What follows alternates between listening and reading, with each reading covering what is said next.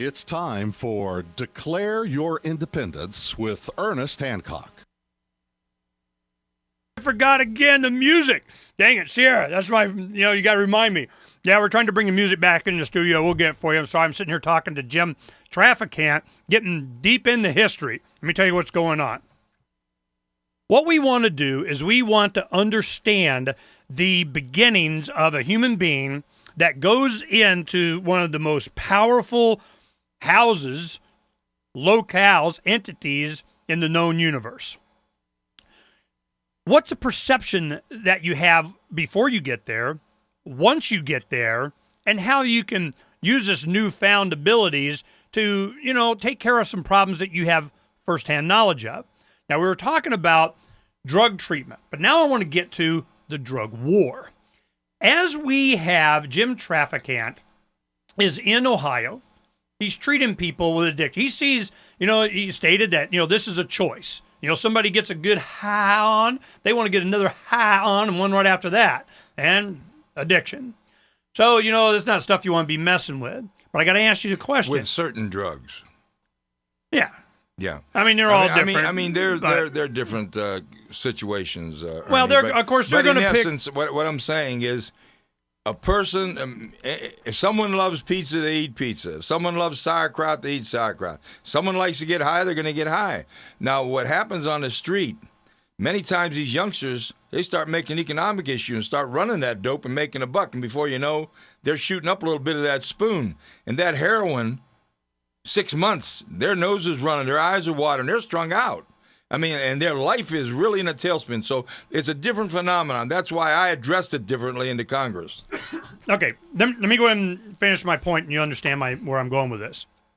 Let's pick the worst one. Let's pick methamphetamine. Let's pick heroin. Let's pick cocaine, crack, the worst one. Was it effective in outlawing it, creating a black market that would fund the bad guys and law enforcement and create this surveillance society that we have now? In retrospect, as you became a sheriff, I would imagine you were enforcing drug laws. You come Congress, you see the destructive power of these substances. In retrospect, as you look back, do you go, we should have had tougher drug laws, like you were saying, death penalty for heroin smugglers, or was that really the answer? I mean, looking back now, what do you think? I think it's a holistic approach. One of my first bills was the Nonviolent Offender Act. So I don't believe nonviolent offenders for their first offense should end up in prisons. And I think the young marijuana abuser certainly shouldn't end up in jails like they did. But, back years ago, someone get caught with a joint, they did 7 years in prison. I mean, it was really bad. So I'm more or less for the treatment and for taking a look at the different stratification of certain drugs that are out there. When I talk about heroin and cocaine, specifically about importation and drug smugglers, look, we don't produce any of it domestically, Ernie. It comes across our border. Now, you're talking with the congressman that passed putting troops on our border to stop illegal immigration. And part of it was to stop that drug phenomenon. Also, which we'll get down to later here, Pan Am 103, which no one in this country knows, was really about heroin. Really about heroin. The man responsible for 103 was never charged. No, don't think we're not going to get to it. We're going to get to it. But let me say this and answer your question.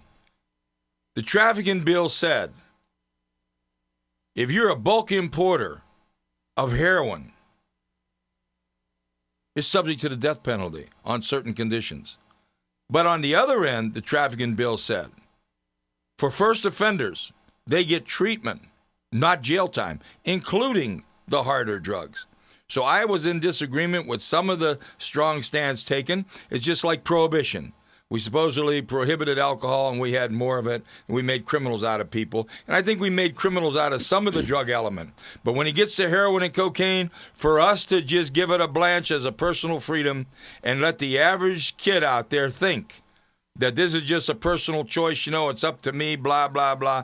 They may not know the dangers, inherent dangers of it. And I think we have held down to some degree. There's still heroin in every street corner. There's cocaine and there's powerful problems. But there's a lot of people who are circumstantial users. There are an awful lot of people that became strung out. So Well, I'm looking at the tough. profit It's motive. tough. Look, you can't legislate morality and behavior. You have to provide basic guidelines to protect the society. Wow. So we can spend 2 hours on that. Yeah, we could. Well, no, I want to get to we want to move on, but I want to get to the nuts and bolts of this. We have a philosophy that you're espousing that by making something illegal under certain circumstances, you can have a positive impact. It makes a demand for it. And my question is, by doing that, did you create a black market, a profit? Nobody loves the drug more than the drug dealers and law enforcement. It was already there, Ernie. It was already there when it exploded in the 60s, and a lot of it really traveled through our service. A lot of guys went to the service and met people from other states that were involved in narcotics, and the phenomenon spread. But when I'm talking about heroin now, diacetyl morphine, I mean, you can't talk about it in the same category as some of the lighter drugs, the marijuana. Not saying the marijuana can't hurt somebody or cause serious problems, but I think that we've made criminals out of some of these that should never have happened, and some of that now comes down to the point of what are the respective states going to do about it. And I think the federal government should have a general broad policy on interstate and on international activities. That's what the federal government is for. I think the states are capable and should be promulgating and developing their own laws to a degree. But there is no more states' rights in this country, Ernie. None. And it happened with the 17th Amendment when they started a popular vote for these senators who are now running for president in all the states, and they forgot about their own states. They're not beholden to their states. They talk a good game,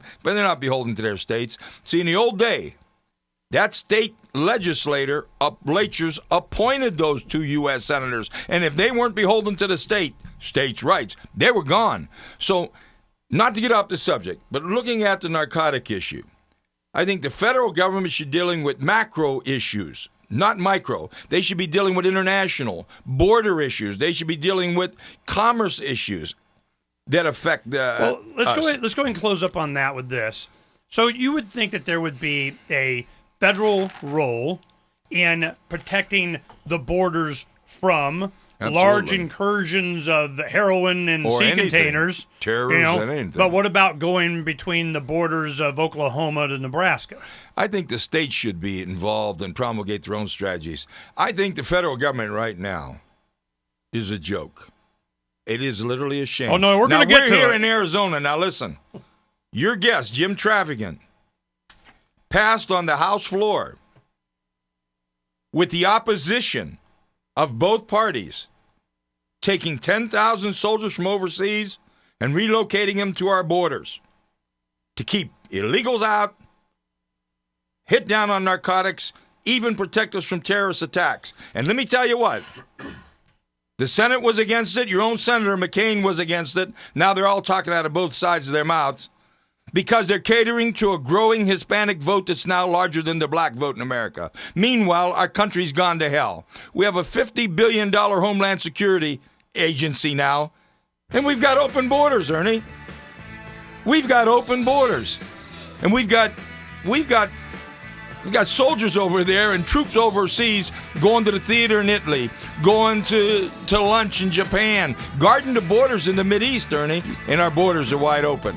When we come back, thank God for Arizona. The United States government should be doing what Arizona did. We're going to go to the days of being a sheriff, and then we'll get up to this, I promise. But we got to walk it through from beginning to end.